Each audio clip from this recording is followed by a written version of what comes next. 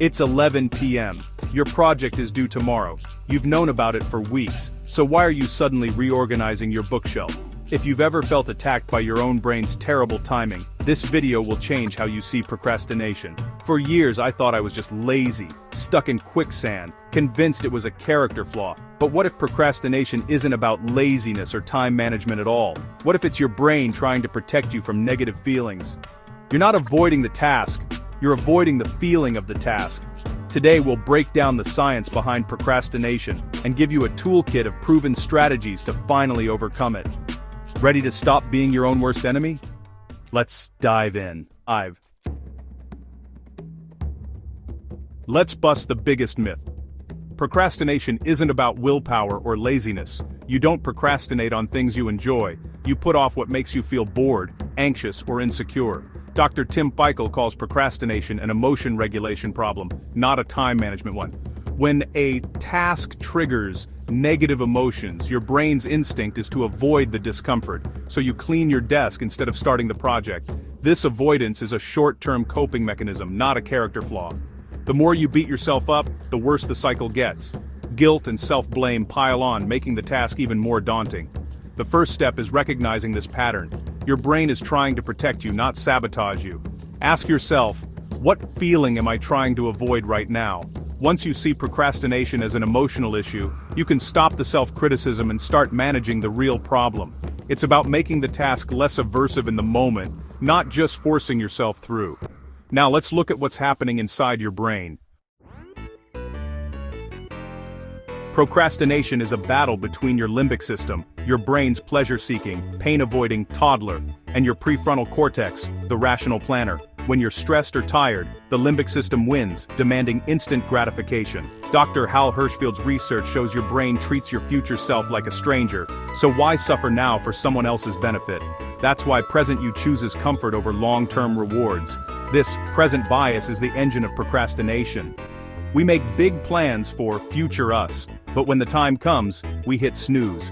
The key is closing the gap between present and future self, making future rewards feel real and present pain feel smaller. Later, I'll show you techniques to do exactly that. First, let's see what kind of procrastinator you are. Procrastination isn't one size fits all. Most of us fall into one of three types. The perfectionist. You avoid starting because you fear your work won't be good enough. You get stuck in endless planning, terrified of judgment. The dreamer. You love big ideas but hate the boring details. You wait for inspiration, but lose steam when it's time for real work. The defier. You resist tasks that feel imposed on you, rebelling against anything that feels like an obligation. You might be a mix or switch types in different situations. About 20% of adults are chronic procrastinators, but just watching this video means you're already taking action. So, which type are you? Perfectionist, dreamer, or defier? Understanding your why is the first step to finding your how. Next, let's talk about the real costs of putting things off. It's more than just missed deadlines. Procrastination isn't just about last-minute stress, it has real, lasting costs. Dr. Fushia Sirowa's research links chronic procrastination to higher stress, anxiety, depression, and even heart disease. Why? Unfinished tasks create constant, low-grade stress, and procrastinators often delay healthy habits and medical care. Financially, procrastination adds up. Late fees, missed opportunities, and costly delays can drain thousands each year. On a national scale, it costs billions in lost productivity. But the biggest cost is to your self-esteem and potential. Every time you put off a meaningful goal, you reinforce the belief that you can't do it. The real tragedy is the regret for the life you could have lived. Beating procrastination isn't just about productivity, it's about health, wealth, and self-worth. Recognizing these stakes is powerful motivation. Now, let's get to the solutions. Here are simple tricks to get started, right now. 13. Let's build your anti-procrastination toolkit with 3 simple science-backed strategies. First, the 2-minute rule. Make your starting task so small it takes less than 2 minutes. Write 1 sentence, wash 1 dish, just start. This bypasses your brain's resistance and builds momentum. Second, temptation bundling. Pair something you want, like a podcast, with something you need to do, like working out. Only allow the reward during the task. This links pleasure to productivity, making the task more appealing. Third, commitment devices. Make it harder to back out. Use apps to block distractions, bet money with a friend, or schedule a co-working session. These external supports help you override your brain's urge to avoid. Start with one of these today. Next, let's level up with advanced mental models to rewire your habits for good. 10. Ready to go deeper? Here are 4 advanced strategies to rewire your relationship with work. Future self-visualization. Vividly imagine your future self who's already succeeded. Make it sensory. Feel the pride and relief. This makes future rewards feel real. Reframing the task. Change your self-talk from "I have to" "I get to." Focus on the next small step, not the whole mountain. Schedule your procrastination. Give yourself permission to procrastinate, but only during a set break. This contains the urge and keeps you focused during work blocks. Implementation intentions. Make a specific plan. When it's 5:30 p.m., I'll go to the gym. Preloading the decision doubles your chances of follow-through. These models help your rational brain win the battle against instant gratification. Try one today and see how it changes your approach. But there's one more ingredient you need: self-compassion. 9. Here's the secret weapon: self-compassion. Science shows that beating yourself up for procrastinating only makes it worse. Dr. Kristen Neff's research proves self-kindness is a better motivator than self-criticism. When you slip up, treat yourself like you would a friend.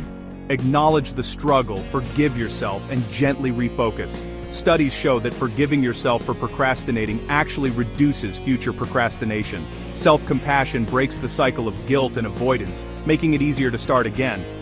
Next time you catch yourself procrastinating, pause, acknowledge it without judgment, and take one small step forward.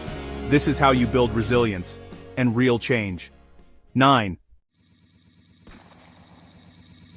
Knowledge without action is just another form of procrastination, so here's your challenge. Pick one strategy from this video and apply it to a task you always put off for 1 week. Don't try to do everything, just choose one tool and one recurring task. For the next 7 days, focus on that pairing. Notice what changes. For accountability, declare your strategy and your task in the comments below. This public commitment is powerful. It makes your intention real. After a week, come back and share your results. Let's turn the comments into a living lab for beating procrastination together. The goal isn't perfection, it's progress and momentum. One small win can change everything. Ready? Your experiment starts now. 12. Overcoming procrastination isn't a straight line. There will be good days and setbacks. The goal isn't perfection, but progress. When you slip up, don't let it derail you. Just begin again. Every moment is a new chance to make a different choice. Think of it like learning any skill. Mistakes are part of the process. Watching this video to the end is already a win. You've started seeking solutions. Now, take immediate action on something you've been putting off, no matter how small. Change happens in tiny, consistent steps. You have the knowledge and the tools. The only thing left is to start, and you can start right now. 11. If you've made it this far, you're serious about change. This isn't about perfection, it's about removing the friction between you and your goals. Every action you take is a vote for the person you want to become. Declare your intention in the comments and take that first step with this community. Every task you start is a gift to your future self.